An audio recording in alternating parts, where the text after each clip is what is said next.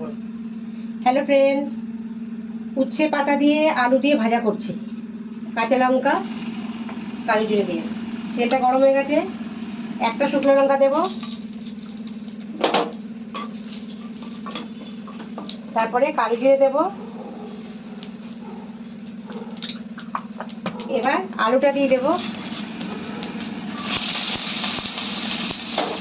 উচ্ছে পাতা করলা পাতা দিয়ে ভাজা খেয়েছো কখনো? বেশি খেয়ে থাকবে, রবিবার বানাচ্ছি আজকে।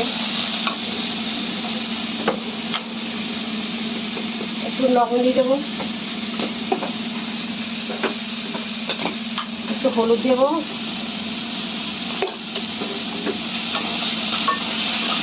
আলুটা অর্ধেকটা ভাজা হবে যখন, তখন উচ্ছে পাতাটা দেবো।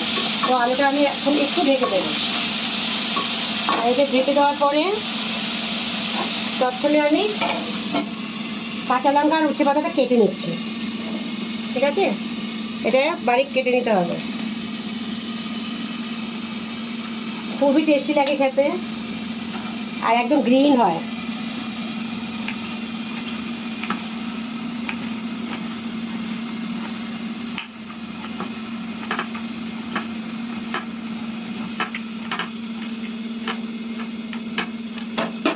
এটাকে এইভাবে কেটে নিতে হবে, সুন্দর গ্রিন করে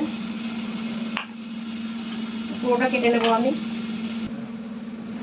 এবার ঢাকনাটা খুলছি, দেখি হ্যাঁ দেখো এটা অর্ধেকটা ভাজা হয়ে গেছে সুন্দর। এবার উচ্ছে পাতাটা দিয়ে দেবো। উচ্ছে পাতাটা বাড়ি কেটে রেখেছিলাম, ওটা দিয়ে দিলাম।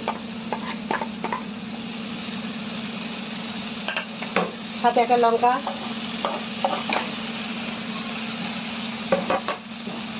সাথে একটুখানি চিনি, একটু চিনি দিলে ভালো লাগবে। এবার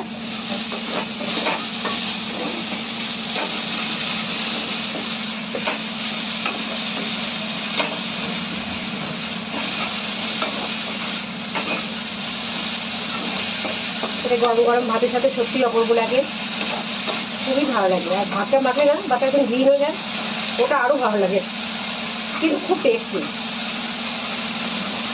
বাড়িতে উচ্ছে পাতা যখনই বের হয়, দু এক বছর শাক খাবোই খাবো তুলে নিয়ে।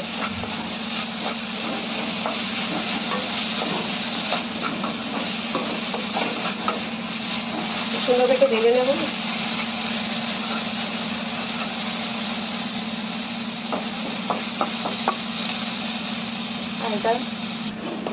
চলো বন্ধুরা, আমার উচ্ছে পাতা আর আলু ভাজা হয়ে গেল। দেখো, উচ্ছে পাতা দিয়ে আলু ভাজা, এটা এবার গরম গরম ভাতের সাথে খেতে হবে।